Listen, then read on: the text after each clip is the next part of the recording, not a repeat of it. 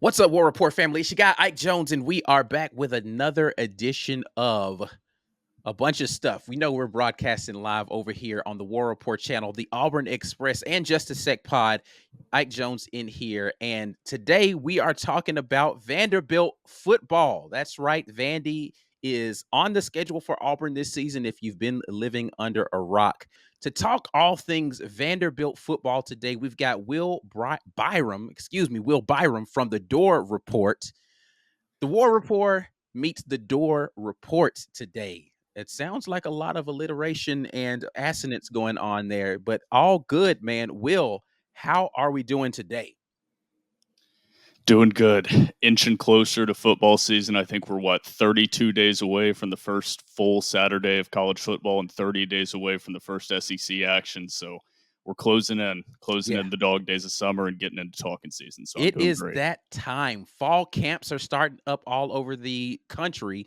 We really only care about the one starting in the Southeast, but they're starting all over the country here this week, and a lot of great high. This is the time for high expectations and everybody being like, "This is the year where we turn the corner." Unless you're Georgia football, you're saying this is the another year where we just roll over everybody, right? But everybody is in there wishing for the best mode right now. What is the general sentiment from a Vanderbilt fan? We talked a little bit before we started this recording about experiencing the pain of fandom, right? But what's the general sentiment about this Vanderbilt team going into the 2024 season? I've done a few of these podcasts of different fan bases throughout the SEC, and I wish I had an easy soundbite for those expectations. So I kind of have to take it back. It's Clark Lee's fourth season Yeah. as the head coach of Vanderbilt football this year. Year one went 2-10, was left a pretty awful roster from the Derek Mason tenure in 2021. Then went 5-7 in year two, so that would have been 2022. Went 5-7, took a step in the right direction, and then took a huge step back to square one last season, going 2-10. So the expectations are cautiously optimistic. A lot of roster turnover, 53 new guys on the roster, new offensive coordinator, new defensive coordinator, new offensive line coach, new strength and conditioning coach. So a lot of turnover here on West End, but expectations are do better than 2-10. Yeah. I think, to put it in simplest terms right now. Next up on the lineup here is the game at Auburn, traveling to Jordan-Hare Stadium. Now, this is a game that last year wasn't super competitive up until late. I mean, they made it interesting late in that game, but early in that game looked like Auburn was going to run away with it. But you do have, which we haven't talked about, but now is the time to talk about, Diego Pavia, the transfer quarterback coming in, who engineered the win versus Auburn when he was playing at New Mexico State last year. The offensive coordinator from that New Mexico State team, Jerry Kill, the head coach, now an analyst on staff with Vanderbilt. And if you listen to Clark Lee at SEC Media Days, I was there at SEC Media Days, got an opportunity to listen to him talk. He talked about the reason why Jerry Kill was someone he always respected him, but one of the reasons why he wanted to make sure when he heard Jerry Kill was going to be leaving New Mexico State that he at least put the offer out there was because of the performance of how they handled things at New Mexico State visiting Auburn last year. What is the sentiment you think in that locker room in terms of the ability to sneak a win in the SEC versus the Auburn Tigers on the road? I know this is an Auburn podcast. This is not what you want to hear. I That want to hear the Auburn truth. That's what I want to Yeah, hear. that Auburn game is definitely going to be circled on the schedule for not just the Vanderbilt players, but Vanderbilt fans as Mm. well. It's probably the most winnable SEC game because Jerry, you already did the research. You took a lot of my talking points Yeah. for this Vanderbilt Auburn matchup, but you mentioned that kind of an under the radar acquisition for the Vanderbilt staff has been bringing over Jerry Kill, the head Mm-hmm. coach at New Mexico State last year. Obviously, you mentioned the 31-10 victory that New Mexico State had against Auburn last season, but Jerry Kill has had some health issues. Right. Otherwise, he would still be a head coach Right. at the FBS level. And Clark Lee has taken over the defense, so he's the new head coach / defensive coordinator. So bringing over Jerry Kill has allowed him to kind of transfer a few of those responsibilities over to Jerry Kill, some more of the admin stuff, some things on the offensive side, so that Clark Lee can focus solely on the defensive side of the ball. But Diego Pavia is one of the headliners from that New Mexico State roster that Vanderbilt brought over, but they also brought over Eli Stowers, Right. a very solid tight end for New Mexico State. Brought over a couple New Mexico State running Stowers backs. So actually was the backup quarterback as well for that team. So he played like some wildcat quarterback for that New Mexico State team that year. well, funny enough, Vanderbilt also brought over New Mexico State's backup quarterback in Mm. Blaise Berlowitz. So pretty much this offseason, and it's happening all across college athletics in general, but it seems like a lot of these kind of struggling power four programs now that I still got to get used to saying that, Right. not power five, but a lot of these struggling power four programs have kind of chosen a program that was successful at the non-power four level and kind of pillaged their roster. And for Right. Vanderbilt, that's been New Mexico State. And obviously New Mexico State in a lot of capacities has the roadmap to beating Auburn. So I think that's why that's going to be circled on the schedule as a target for Vanderbilt to get a victory. Yeah, which is completely fair. I think it's completely fair to say, hey, we've seen portions of your roster, the brain trust that you put together, go into this very same environment last season and get a win. So there is some optimism that with SEC caliber talent, you could go in there and duplicate that with the people who engineered that entire thing. And I think, on the opposite side of that, from the Auburn side, I think that's the big thing that's going to be looming in the minds of the players of like we can't let this happen 2 years in a row, right? Like we absolutely cannot get upset at home by a team that is coached by Jerry Kill, quarterbacked by Diego Pavia. That we just can't let that happen, right? And so I think there's going to be a lot more intrigue around that game than there typically would be for an Auburn Vanderbilt matchup, just because the storylines exist that allow people to have these types of conversations about the what if scenario. What if Vanderbilt's able to pull off this upset? As far as on paper, this upset. So yeah, again, I'm not mad at you. You feeling that way? Listen, if I'm sitting here talking about Georgia, I'm gonna. Last year, people thought I was crazy. I was like, man, I don't know. I think that maybe Auburn's gonna give Georgia a scare. It's gonna be the first road game for their new quarterback over there, and can they? And lo and behold, that's a game going into the fourth quarter. There's nothing crazy about having a scenario in which you can see your team going out there making something happen during the preseason. So not mad at that at all. There's also something very, very odd. I know it's the new setup of the SEC, but Vanderbilt playing Auburn 2 years in a row.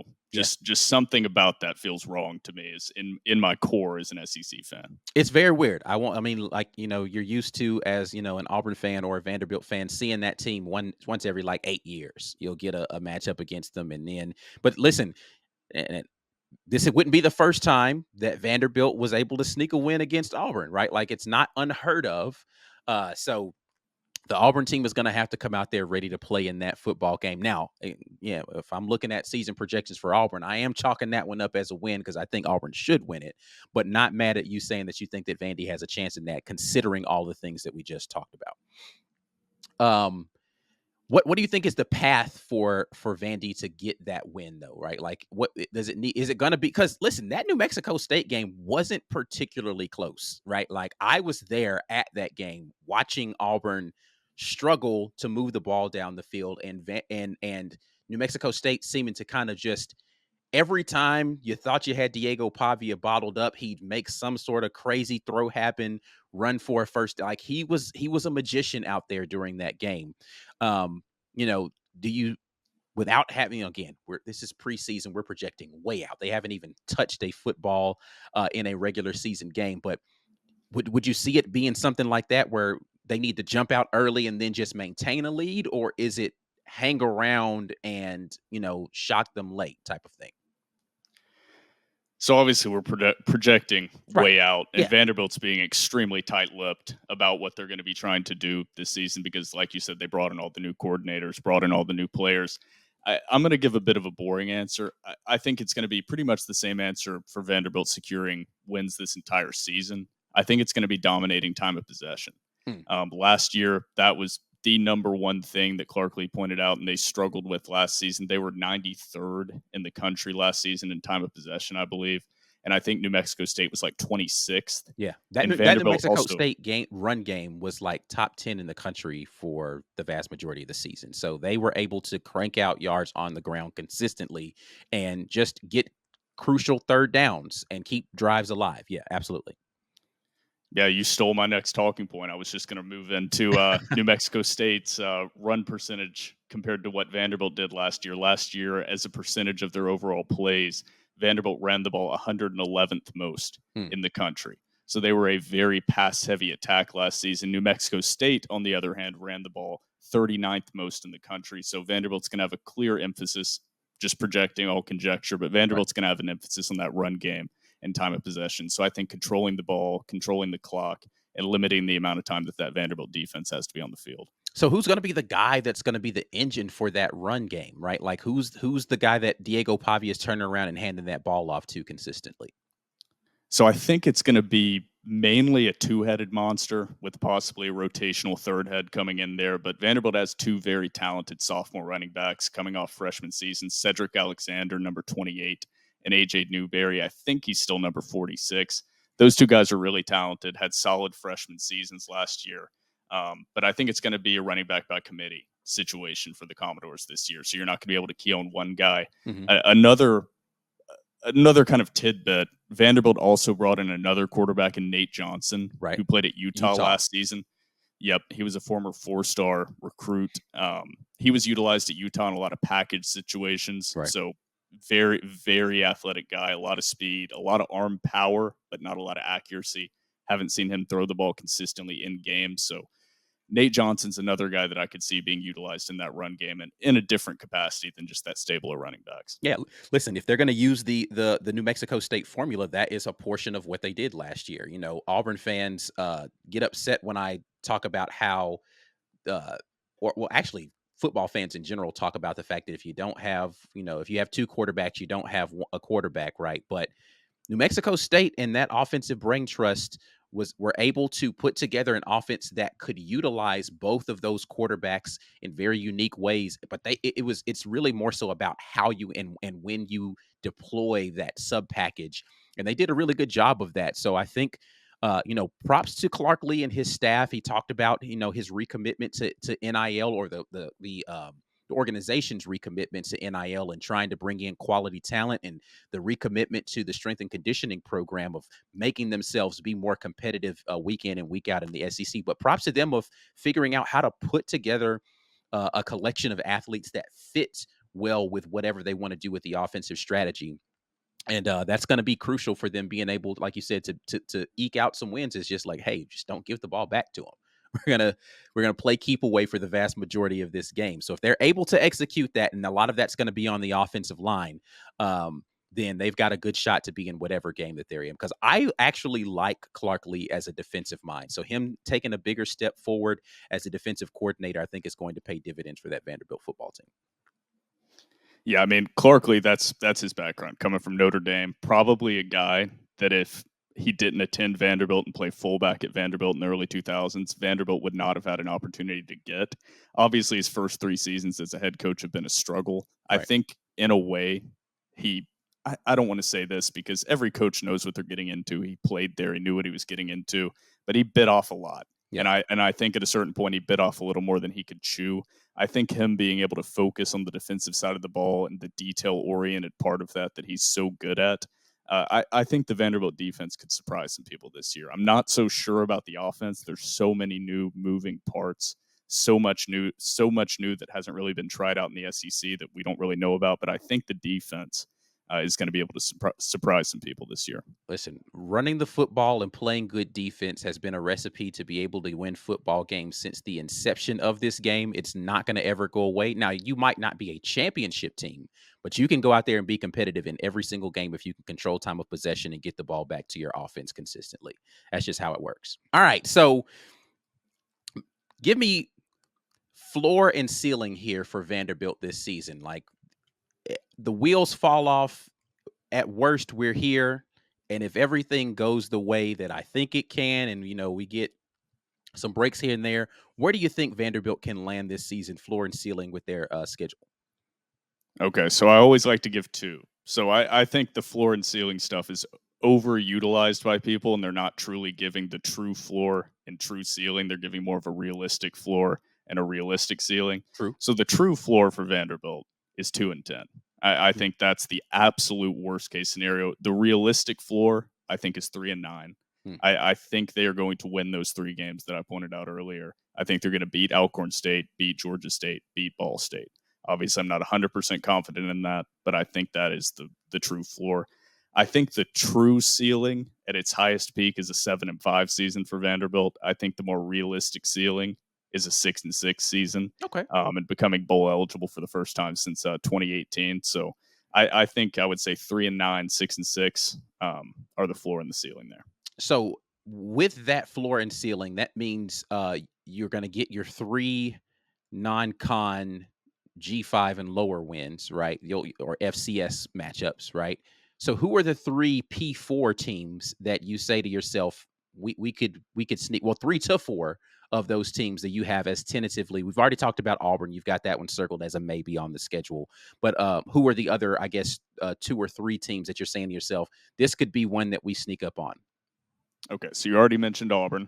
I would say Kentucky, like we talked about earlier. I think that talent gap is always significantly less than some of the other matchups that Vanderbilt has on the horizon.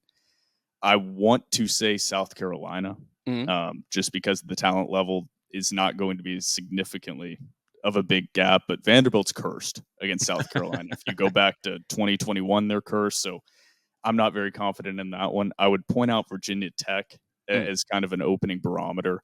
I know that Virginia Tech's supposed to, I think their over under on wins is 7.5 or 8.5 this year. They're a very, very talented team, but it's week one. Week Yeah. one, 11 a.m. kickoff. Anything can happen. I think that's a sneaky game on the schedule. But yeah, Kentucky, South Carolina, Auburn, and possibly I would throw in there Virginia Tech or Missouri. But those three, Auburn, Kentucky, South Carolina, and then one of those two others, Virginia Tech or Missouri. Gotcha. Gotcha. Okay. Well, we will definitely keep an eye on all things going on in the SEC. And of course, we over here with the Auburn fandom are going to have to keep a close eye on how Vanderbilt's doing so that we can either be breathing a sigh of relief that it's still falling apart in Nashville or saying to ourselves, okay, man, you guys got to strap up and actually go out here and get this dub. But we will do that. At the appropriate time, we'll revisit this conversation during the season. But Will, I appreciate you taking some time to get in here and talk with us about this and kind of hip us anything that you've got going on with Vanderbilt. Tell the people who this might be their first time hearing you how they can keep up with all things Vanderbilt over there at the Door Report. Yeah, so we're most active on Twitter. If you want to follow us on Twitter, our is at the Door Report. We also have the same handle on Instagram and on YouTube, so you can look us up on there. We record during football season and basketball season every single week. During the off season, we've been doing every couple weeks. But if you're looking to get any Vanderbilt coverage or follow what's going on with the Vanderbilt fan base, follow us on Twitter at the Door Report. That's where we're most active. Awesome. Awesome. Well, once again, Will, we definitely appreciate your time today. We're going to get out of here, but you all know where you need to check out things that we've got going on. We're the War Report on all our social media.